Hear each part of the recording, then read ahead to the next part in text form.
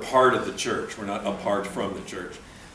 But the thing that really struck me is that he said an effective worship leading choir believes that when they are there, they're going to make a difference.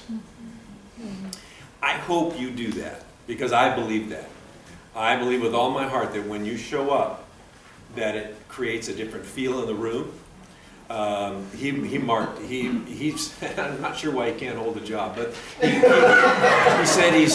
says he's led in about 30 different places, which you can interpret in a lot of different ways. But he, you know, big churches, and he said he's only directed 2 choirs that he felt got it, and he didn't mean got it in the terms of that, you know, somebody would term as excellent, because excellence is such a fleeting thing. He said, don't go after excellence, go after growth. He says excellence is fleeting because everybody has their own definition of it. But growth is something you can set goals for and achieve.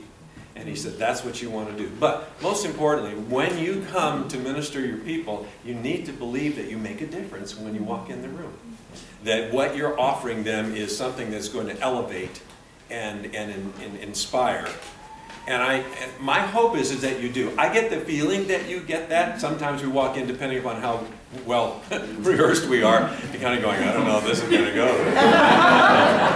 But let me tell you, I don't believe that there are people out in the congregation that are, you know, ready to hold up the number of, you know, like the judge. Oh, that was an 8.5. That was a 7. What they're looking for is just what you bring to it. Is there an authenticity to it? And are you in it? Are you there? Are you just kind of staring at the back wall, or are you leading them? So my hope is that every time we walk in there that we believe we're going to make a difference. I believe when David walks up to the pulpit that if he didn't believe that what he was going to say would make a difference in somebody's life, he would be totally undone and ineffective. But I know he does, and it's not because of his ability, it's because he knows what the power of the word can do. And you need to know that when you're singing that same word, that the same thing can happen. It can have you can make a difference in somebody's life. I had the privilege of being the master of ceremonies. I told you this festival, choral festival, Mary's choir was a part of it. One of the teachers I went and thanked, one of the junior high teachers, and I said, it was interesting, I mean, because they knew, according to my bio, that I was a pastor, you know, minister of music and all that. And both the songs she did were sacred pieces. Half the pieces that were done in the choral festival were sacred pieces. The kids have no idea, at least most of them didn't. But she said, the thing that made the difference in my choir this year is I got a lot of Christians in that choir. And I thought, Lord, thank you that these kids are making a difference in the heart of this teacher. Because she said they're bringing their understanding to what they're singing. And I thought, yes. So, Fanny Crosby brings her understanding of how God leads a blind person through life in this. Let's sing it. One more time. Why don't you stand up? All the way, my Savior leads me. We're going to do that, and Jesus Saves again, just because David wants to sing too. Here we go, man.